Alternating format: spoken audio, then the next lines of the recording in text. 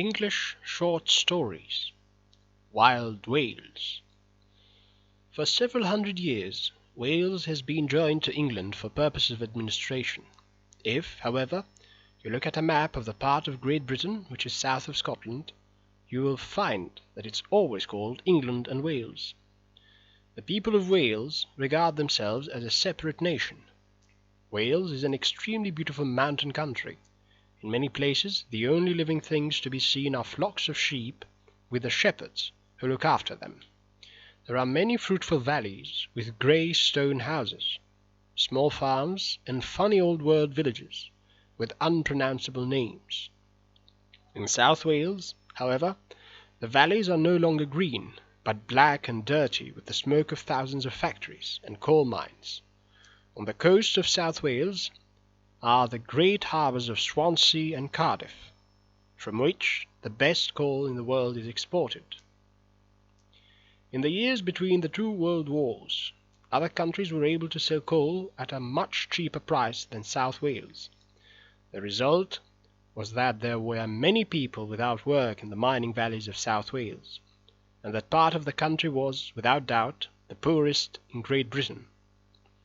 The war, however, made a great difference, and many of the almost dead mining valleys came back to life again.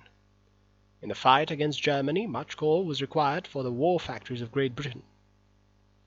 Throughout the war, South Wales was very busy, and is indeed still busy, for the motto of the British after the war is "Export or Die."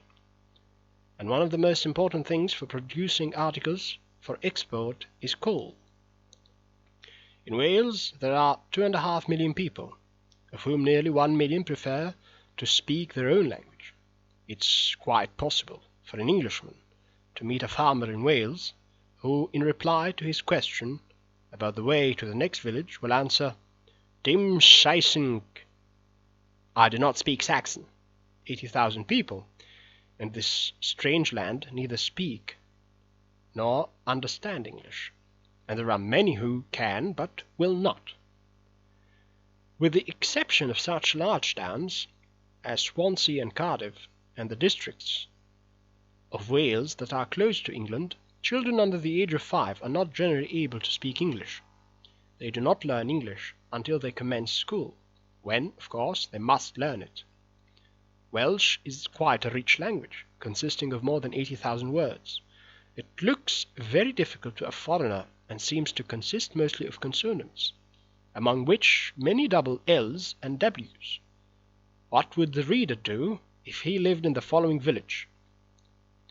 Lanfairpwll Kingilgokreichad Wordne Rob William Kislogogogogoch.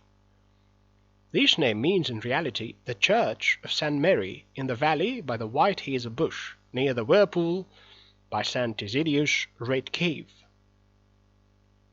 There is a railway station at this village, but when the train stops and the guard gets out, it's hardly necessary to explain that he does not call out the whole of the name.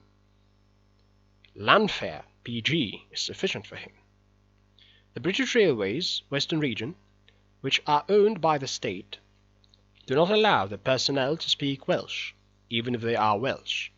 But until shortly before 1939, the railway personnel were allowed to speak which language they pleased. Although English is the official language, Welsh is not dying out in any sense of the word. There are more people who speak Welsh and regard Welsh as their mother tongue at the present day than ever before in the history of the country. Newspapers and new books appear quite regularly in Welsh. The Welsh would like to see the Welsh language recognized as the official language of the country.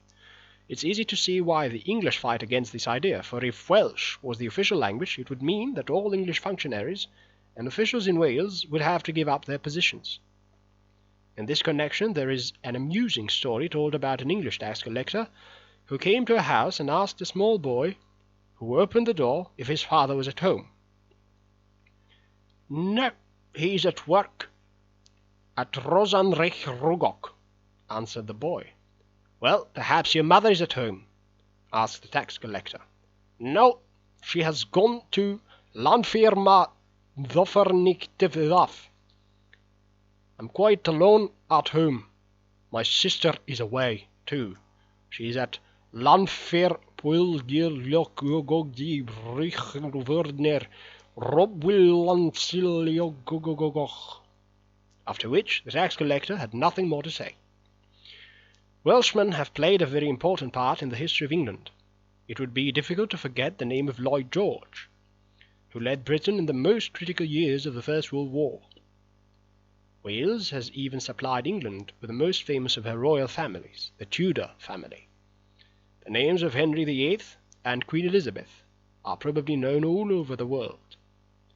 Under their rule, England began to grow really great. The reign of Queen Elizabeth is often described by historians as the golden age of English history.